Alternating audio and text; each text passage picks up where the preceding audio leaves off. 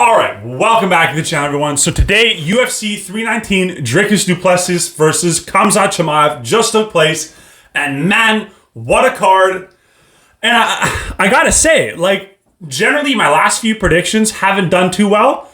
This card, I did really well with my picks. So yeah, let's just get right into it, man. So the elephant in the room: Dricus du Plessis versus Khamzat Chimaev.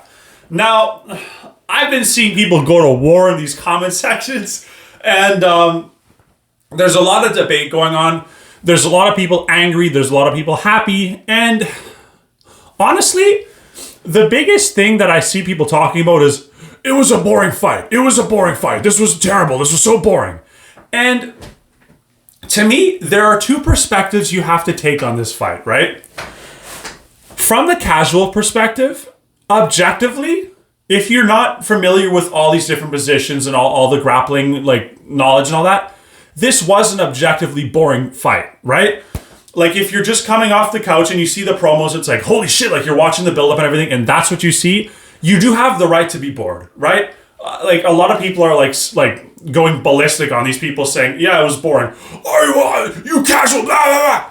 They have the right to feel that way because, let's be honest, there was a lot of stalling. And not only that, like, my friend, I went to go watch at his house, and he's somewhat of a casual, right? Like, he appreciates some of the grappling. And that's the thing. It was, I think, Tatsuro Taira, one of his recent fights where he was grapple heavy and he was like going off the cage and it was like scrambles and stuff. That was crazy to watch, right? But this one-sided just wrestle heavy the whole time, like he was just like, nah, man, I'm gonna go to sleep. Like, I think it was midway through round 2 or something like that. And normally I give him shit. I'm like, nah, man, like, don't be like that. Don't be casual. You know what I mean? It's gonna get entertaining. Like, it's interesting. You gotta learn it. But like I said, the casuals have the right to say this was boring, and you can't resent them for that. Let's be honest, right? Now, as far as the hardcore perspective, I don't think boring is the right word. I think it's just frustrating, you know, because I think with Chimaev, there's such a high level of expectations with him. And you see, because a lot of the people who predicted this fight said that Chimaev, if he's going to get it done, it's going to be by submission in the early rounds. Me included. I was debating in my head in my prediction video, but then I was like, you know what? I just can't see Dricus out grappling Chimaev. Like, I just don't see that happening. So that's why I picked Chimaev. But I feel like no one really seen that Chimaev was going to be out grappling him for 5 rounds, 5 minutes straight. I don't think anyone's seen that. I think people were, the comments consensus was Chimaev submission rounds 1, 2, maybe 3, and then Dricus either decision or TKO in the later rounds. So I was technically right on the victor, I just not the method. And this was a very impressive performance from Chimaev, don't get it twisted. But that being said, it left a lot to be, I don't know what the right saying is, like a lot to be desired or whatever, right? Because you're watching it, and if Dricus is that easily able to be taken down by Chimaev, you would think that he would put off a lot more submission attempts. Because, don't get me wrong, he did have a few, but even when he put him in the crucifix, like, he was doing damage, but not heavy damage. I was hoping for Chimaev, especially, like, leaning into the later rounds, like, I was just like I was even debating on turning it off, you know what I'm saying? It's just, like I said, either more submission attempts or just posture up and go for proper ground and pound. You know what I mean? I get Chimaev, and that's the funny thing too. Chimaev's like, yeah, I don't give a shit about belt, brother. He fought like he wanted that belt more than anything. He took literally 0 risk, aside from like a minute in the last round. 0 risk. He wanted this victory no matter what. So, obviously he does care about the belt. Now, as far as Dricus is concerned, this was a pretty terrible performance because near the end of this fight, I was thinking, like, I was more excited just what the scorecards were going to read, because depending on the referee, or not the referee, the judges, you literally could have had this as a 50-40. You know what I'm saying? Like, the last round's a bit closer, but as far as just Dricus had, like, literally, what was it? Total strikes, 45 for Dricus, 529 for Chimaev. I don't know where they got those 45 strikes from, but As far as significant strikes, fucking hell. 1 from Dricus and 12 from Chimaev. You know what I mean? So that's the thing. That's a lot of people's problem with this performance too, is that sure, Chimaev landed 529, but it says only 12 of them were significant. You know what I mean? So it is what it is. It's just, you would have thought that the champion of the world would have had a better turnout for a contender, because like getting this badly dominated. And that's the thing, Dricus wasn't like the longest reigning champion. Like he beat Strickland for the belt, and then he beat Adesanya, and then he beat Strickland again, right? So he wasn't, even if it was a close fight, like there would be talks saying that, oh, well, if Dricus got dominated, well, we might go with the winner of Bahayo Imavov, right? So with this performance, similar to the Peter Yan Merab Dvalishvili one, I think there's going to be zero appetite for a rematch. Like, zero appetite for a rematch. And I think Dricus... Here's a conspiracy theory that my idiot brain just came up with. Like, I was thinking about this, and you've seen in the locker room as well, like, he looked like he was training with some sort of Chechenian. Now, this is the hottest take, right? But I wonder if the people that Dricus hired were secretly in cahoots with Chimaev and being like, yeah, we'll gas him up, right? So in the training room, they're like, oh, wow, brother, you're really strong. Like, I can't even get you down. Like, you'll beat Chimaev. You'll dog walk him, brother. So, and then Dricus is like, oh, really? Okay, I got the skills, so I'm going to take it to Chimaev. And then the night of, like, he just got ran over, man. So, yeah, highly unfortunate. Now, that being said, Dricus does want to be the GOAT, and does he have the potential to beat Chimaev? I don't want to say there's 0% chance for Dricus, because he definitely has to address this hole in his wrestling game, because as much as it is great to get all these defenses against, like, well, he beat Whitaker, and then he beat Adesanya, and then Strickland. Those guys are all strikers, right? So Dricus really never had to face an elite grappler until Chimaev, and that's the problem, right? On your come up and on your fighting, you want to have diverse styles of opponents so that you're not unprepared for anything. Similar to like O'Malley, right? Whereas Dricus wasn't protected like O'Malley, but it's kind of like, oh shit, now I'm in the deep end with a really good grappler and I don't have much of an answer for it. So, yeah. Props to Dricus for even taking this fight. Like even Chimaev was saying, it's just like, you know, respect to him. No one wanted this fight. And I just got to say, I'm so happy that it took this long for Chimaev to get the belt, because if not, we would have never seen the Dricus Adesanya. We would have never seen the first Strickland Dricus one. We would have never seen the Adesanya Pereira whole, you know, quadrilogy or rematch, whatever you want to call it. So yeah, as much as it is, it's good for the, I guess, the business sense for Chimaev to be the champion. Obviously, everyone doesn't have a great performance each time, so I don't think, like, I think Chimaev has this cult following where literally they will not stop supporting him no matter what. So I don't think this will, you know, discourage his current fan base, but obviously he's going to gain some fans for getting the belt, but from this performance, I don't think it did much, especially like the majority of the casuals, like I said, they have all the right to consider this a boring fight. So it is what it is. Props to Chimaev. You did really well. Dricus, it is what it is. You know, you just got to get a lot better in your wrestling. And yeah, maybe take a few months off. And I'd like to see Dricus. I'm going to make a video breaking down who I think they should fight next. But I'd like to see Dricus come back against another grapple heavy style, because we know Dricus can handle these strikers. We need, if Dricus wants to even come close to the belt again, he's going to have to prove himself against grapplers. I don't want to see him booked against an Adesanya or a Strickland or whoever, right? Either Dricus fights the loser of Imavov and all that, or maybe like a fluffy, something like that, right? Now, that being said, Chimaev does say he wants to return in October, which, you know what I mean? I think the Abu Dhabi card might be the... I think he might try to get on the Aspinall Gone one, which, I mean, he could. And if he wanted to do some sort of late or last minute kind of thing, he could get Fluffy, because Fluffy's ready. He's ready to go. And, you know, there's not going to be much of a build up there. So it is what it is. But yeah, I guess I'll break it up, or break it down who I think should be next for each fighter in the future. But yeah, that being said, you know, frustrating to watch, because it was just like, you know, you're just... But he got it done. It is what it is. Congrats to Chimaev. Now, Lerone Murphy versus Aaron Pico. Holy fuck, man. Yeah. I kind of alluded to it in... It wasn't... I didn't make an official prediction for this one because I don't know Aaron Pico. I don't want to talk out of my ass here. You know what I mean? I'm not the best breakdown expert and all that, but like, you know, I just don't want to talk about someone who I don't know. So... But after seeing the press conference in that video I made, the reaction, I was like, you can tell it's kind of getting to Aaron Pico. So I thought Aaron Pico would kind of be a little more gun shy, which he wasn't. I was very happy about that. You know, considering he's coming from a different promotion and, you know, he tried his best and he actually pushed the pace. He actually wanted to fight, unlike Patricio Pitbull and a few others that kind of just do fuck all in their first fight. So you got to appreciate that. You got to appreciate the urgency. And I'm pretty sure he dropped Lerone Murphy to his knee at one point, if I'm not mistaken. So, yeah. But that being said, way too much, way too fucking soon. And I know I say this all the time. It's just like the last thing you need is someone from another promotion giving... I don't think Lerone was top 5. I think he was top 6. But still, you know what I'm saying? Like, top 5, top 6.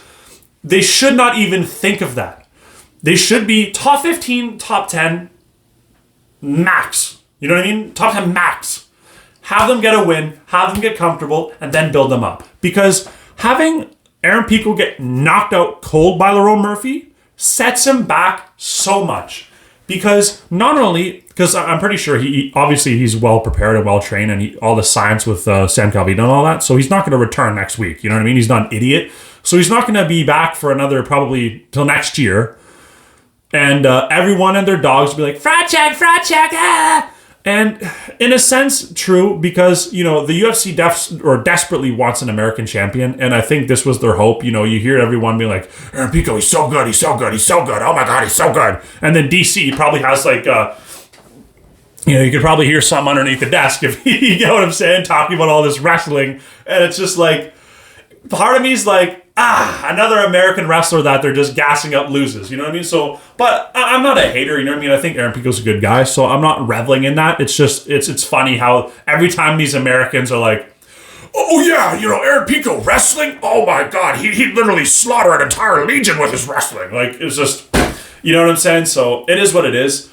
Like I said, I'm happy he pushed the pace and he actually wanted to fight, but too much too soon. However, I've been seeing a lot of these conspiracy theories as well, saying that, like, maybe the UFC is kind of, like, playing reverse psychology. It's like, yeah, Pico, we believe in you. We're going to put you to the top of the line. You know, we think you're the best in the world.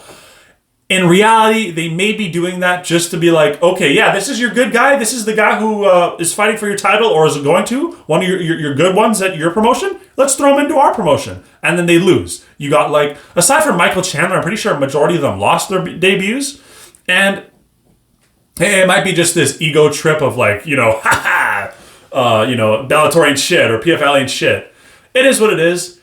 But yeah, as far as Aaron Pico, I do not think this is the end of his story. But from what I've heard, this is not the first time of him being knocked out either. So as far as his ceiling, it's gonna be tough, especially top 5. Yeah, I think it's just too soon to even think about what's next for him. But yeah, that being said, if he would have won, I think they would have got or given him the Volkanovski title shot. So it is what it is. I just think way too much pressure, too high of a ranking. They just went about it all wrong. But like I said, if their idea is just to humiliate these guys, then they did well. So it is what it is. Lerone Murphy, excellent job. Normally he's more of this passive guy. I thought it was going to be more of a boring kind of decision kind of thing. But yeah, Lerone, literally, I thought he was going to be too much for him, Aaron Pico. Like, watching the fight live, I was like, oh shit, like, he's just power and everything. But, you know, Lerone Murphy literally copied Pratis' homework, bro. Spinning elbow, and then shouted out his buddy to get into the UFC. If I'm Pratis, I'm like, fuck it out. You know, find your own thing, man. Be original. But, no, jokes aside, phenomenal job for Lerone Murphy. Passed the test with flying colors. You gotta remember, this was on short notice for Lerone Murphy. And, yeah, no. I guess he's going to get the title fight with Volk, possibly. I would say, though, pump the brakes. I want to see what happens with Gene Silva and Diego Lopez. So I think they're kind of going to hold off on that and wait till they see the result of that because Laurel Murphy definitely has his case. I think even Joe Rogan alluded to it. It's like you have the case for a title shot, but you didn't want to say you're guaranteed because Gene Silva might be one that they want to push before Lerone. So it is what it is. I might be wrong though. Volk might be like itching to get in there, so you never know. Volk might go against Laurel Murphy depending on who wins, and then fight the winner of Diego Lopez, Gene Silva. So yeah, phenomenal fight though. Very excited to see what's next for Laurel Murphy. Showed his finishing potential. Because that's the thing. It's one thing if you're going to dance around and all that, and like go on the outside and kind of like pitter patter, but to get in there in the fire and put the guy down, you know, you got a fan of me, Lerone, and I think Lerone got a lot of fans out of that performance as well. Because I think Joe Rogan was even saying, or whoever was saying, it's like, it's one thing to do really good in the UFC, but a statement victory, that's where you're going to get the fans. So, you know, phenomenal job for Lerone Murphy. Can't wait to see what's next for him. Definitely deserves a title fight. And yeah, like I said, I just don't know if they're going to give it to him immediately. So yeah, moving on. Carlos Prates. The Dark Knight rises, man. Fuck yeah, dude. All these fucking idiots who abandoned Carlos Prates for winning against or losing against Ian Gary. Just how good is Ian Gary? You know what I'm saying? Like, as much as he's not, you know, the most dangerous, he's fight IQ, he does what he needs to do to get it done, and he struck a lot more than people thought he would against Prates. So for Prates to bounce back, and that's the thing, it's not like Prates was like battered and like, you know, on the fucking canvas. So he was able to return fairly quickly, and yeah, I'm so happy with this performance. To me, like, nothing against Jeff Neal, it is what it is. Like, I'm gonna say he's probably, like, Neil Magny's probably like, and I get Neil Magny beat him, but Neil Magny's probably like the gatekeeper of the top 15. Jeff Neal is probably the gatekeeper of the top 10. You know what I'm saying? Like, it is what it is. But yeah, this was one that I did predict, and I was right. I think Prates, I think I said rounds 1 or 2, Prates get the TKO. And yeah, no, I'm just, wow. You know, Jeff Neal was like, this is a 1-round fight. Hey, man, he might have jinxed himself, you know? So yeah, I knew Prates was going to be too long for him, too dangerous. Those elbows, man, fucking hell. Especially those knees. Like, you would hear those knees, it's like, bang! It's like, fuck! You know, and because I remember in the breakdown, I was saying, it's just like, those knees were money for Ian Gary and Shavkat. And yeah, Jeff Neal, I was a little worried about Carlos in the pocket. Like, Carlos was like, really good hand movement. I'm just like, you know, like, Jeff Neal is power, fuck! But then Carlos Prates weathered that storm, came back, boom, out cold, man. Fuck. Back in the win column, and I love his call out. I fucking love it. So we call out Leon Edwards.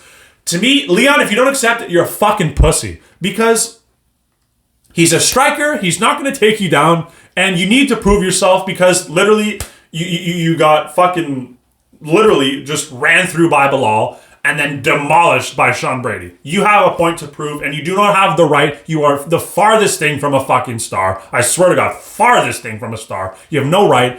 I think they were, like I said, I think they were going to try to do Morales versus Leon Edwards, but I heard through the grapevine that they might be trying to do Shavkat versus Morales. Now, holy fuck, if that's true, la! But yeah, no. Carlos Prates calling out Leon Edwards, book that for Wazoo. You know, co-main event, boom, done. And, or even, fuck. I'm sorry, Oliveira. I would not be upset if Carlos Prates was the main event and Charles could be co-main against Fiziev, because no one's really asking for that fight. Leon Edwards versus Carlos Prates, sign me up, take my fucking money, even though it's a fight night. But still. Now, I have a fucking bone to pick with this next fighter, man. Moving on, like I said, I never had it. My faith never wavered in Prates. The Dark Knight rises. Super happy for him. Like I said, amazing. Jeff Neal, tough luck. You know what I'm saying? Like, he's a good fighter. It is what it is. Hate to see that because Jeff Neal seems like one of the good guys. But yeah, I definitely wanted Prates to win because yeah, that's a star in the making. The Dark Knight rises. So yeah, like I said though, bone to pick with this next fucker, man. Michael Venom Page. I swear to God, man, I'm so fucking over this shit, bro. Like, it was so funny and ironic because like I said, I was watching my friend, right? I was bitching about MVP. I was like, watch, he's going to look at his highlights. You're going to be like, holy shit. But then you're going to be, oh, it's going to happen once every 3 minutes. And then he's just going to kind of dance around or whatever, right? And midway through bitching, he fucking drops Cannonier. I was like, oh shit. So yeah, that was cool. But yeah, it's just the fucking lack of urgency, man. And oh my God, Joe Rogan on the commentary was like, we need more point fighter styles. No, the fuck we don't, bro.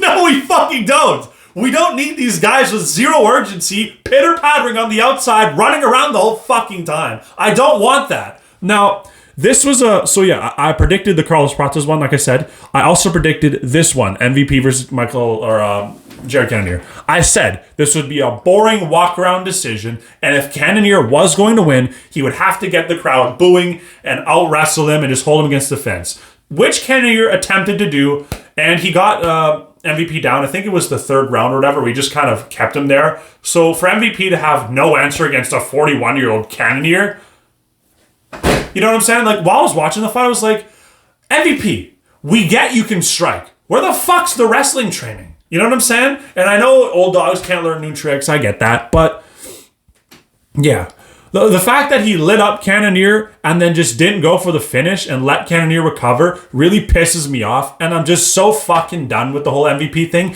And the reason I say I have a bone to pick with this guy is because he calls out Prates. Fuck off, MVP. I'm sorry. Like, it's not a personal thing, really. Like, I think if I knew MVP in real life, like, we'd be friends, right? It's not that. It's just his fighting style fucking annoys the living fuck out of me, bro. Like, I don't want him to just dance around and waste Prates' time. He called out Prates. He's like, yeah, I'll return result. No. Fuck off, no. Prates deserves Leon Edwards. That's going to be a real fight.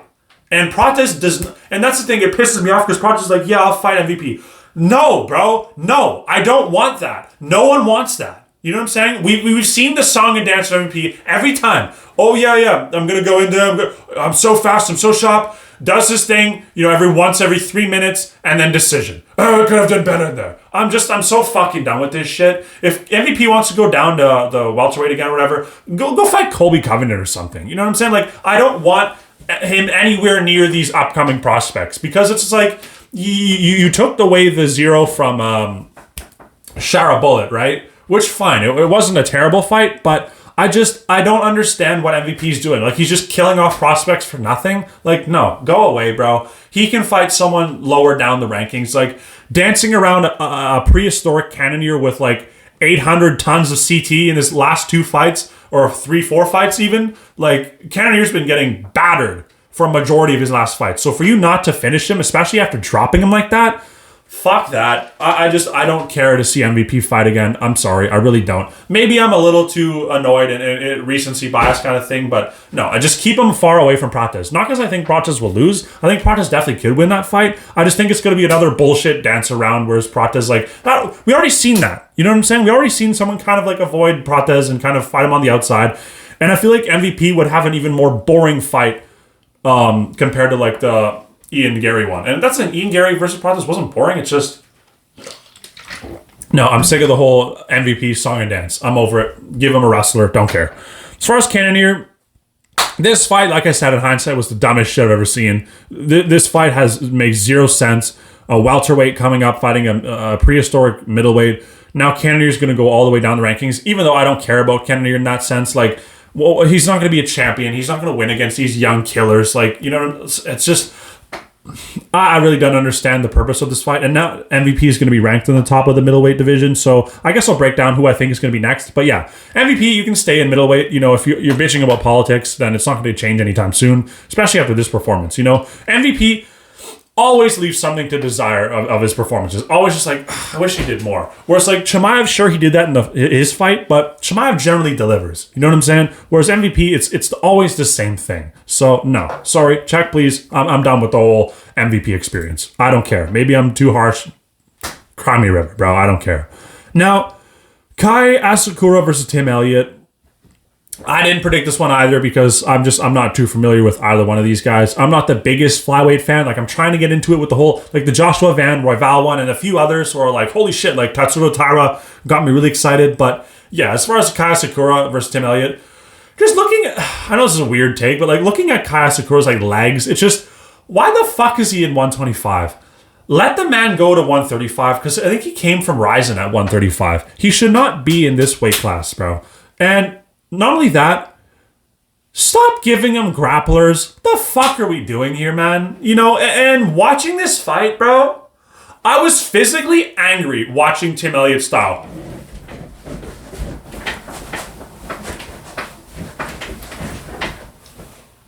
And then Kai's actually trying to fight, and then, as per usual, another one-dimensional fighter gets taken down, has nothing, right? And then when he actually strikes Tim Elliott, I don't know why he kept leaning on his like this. It's like, and then just like not engaging. I hate Tim Elliott's style. Not only that, the fucking guy's like 38, and something about he was coming off like a 2-year layoff.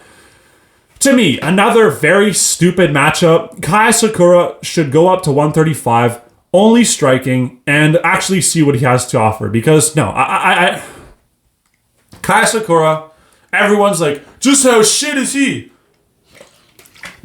And I feel you, man. Like, you should not be in the UFC without grappling. Not a chance. But from what I've seen in his highlights, especially watching him upcoming to the Pendoza one, he seems like he has a good fighting style, and he does want to fight. It's just this bullshit style of Tim Elliott and just the wrestling. It is what it is. He'll never be champion, Kaya Sakura, because like you just can't learn that overnight. Like we've seen with the Dricus is a shitty example because he was champion. But yeah, as far as this, like, no. Give him only fun fights. And that's the thing. The difference between Kaya Sakura and MVP is Kaya Sakura, sure, they're both one-dimensional strikers, but Kaya Sakura at least wants to go for it and gets in there for the finish. MVP is just like, 1-2. Take 3 minutes off. 1-2. Take another 3 minutes off. So Kaya, he does want to fight. So let him go up to 135. Give him a striker only. Maybe like a Rob Font or something. Well, I don't know why I keep saying this because I'm going to make a video about the next opponents. But yeah, no. As far as Tim Elliott, don't give a shit what he's going to do. You're prehistoric in 125. And yeah, I really don't care. Hate to sound like that, but you know, it is what it is. Now, Baisangur Sasurkayev. I think the crowd was even struggling with that name too. Versus Eric Nolan. Now, my internet had a stroke during this because I was watching it, and basically it shut off when what happened? They were in the middle of striking, and Nolan was doing good. It went off, and then I went and checked on Twitter and everything with data, and like, I guess Nolan knocked him down at the end of the first, where he was like visibly rocked, and I was like, oh shit. And then like I'm like, okay, let's get the internet back. Internet back. I go on my phone again. Fuck, he's submitted. You know, and that's the thing. I'm not like a Eric Nolan, diehard fan or whatever. Like I just found out about him literally this week. But yeah, having the balls to take this short notice up a weight class, you know what I'm saying, and wobbled him when. Sasurkayev, he's like Chimaev's prodigy. You know, Chimaev's talking about how good he is. So yeah, props to him. Did not need to do this at all. So everyone giving shit to Eric Nolan. You know what I'm saying? Like, shut the fuck up, bro. Like, he tried his best. Short notice, up a weight class. You can't take anything away from him. And yeah, no, he did his best. It is what it is. As far as Gerald Mearshart and Michael Oleksiejczuk, I seen this one briefly. Holy fuck, I've never seen someone more terrified of striking in my fucking life, bro. Like, Mearshart needs to get the fuck out of the UFC, bro. Like, it's not even funny. I'm like, what am I watching, bro? Like, this is too dangerous to be fucking around like that. We can't have this. Same thing as I bitch about the one-dimensional strikers. Same thing. You cannot be like, in the top level of the UFC. I'm sorry, that's unacceptable. Gerald Mearshart should be cut from the sport. Like, I'm sure he had a good prime and all that, and like I wasn't really familiar with Gerald Mearshart's like whole career because he's never been like a top contender or anything, so he's never really got my attention. Like I'm not going to be researching every single fighter on the roster, right? But yeah, I'm sure Mearshart has decent wins, you know, or whatever, but no, that performance was not it, and I just think it's too fucking dangerous for having this guy like fighting like like this against upcoming killers. It's going to do him a disservice in his future life after fighting. So no. And then Jace Hooper versus Alexander Hernandez. Yeah, like I didn't see that one either, but I seen he got knocked out. And as much as muscles don't win fights and all that, like Chase Hooper, he looks like your IT guy, bro. Like, I'm sorry, it is what it is. Like, I get he has like these funny kind of one-liners on Twitter and all that, but like at the end of the day, as much as this is probably like a meathead take, you kind of have to have that like I don't know what else to describe it, like and hi there, how can I help you file your taxes? Like, like I don't know, man. It's just I get he has the skill, but I just don't see Chase Hooper being in these wars like you need that like part of your mind to actually propel you, because I get you. It is martial arts and there is like skill and talent and all that or whatever, but you need a bit of that, like just. And I don't think Chase Hooper has that, so it is what it is. And that being said, thank you guys so much for watching. Like and subscribe, and peace.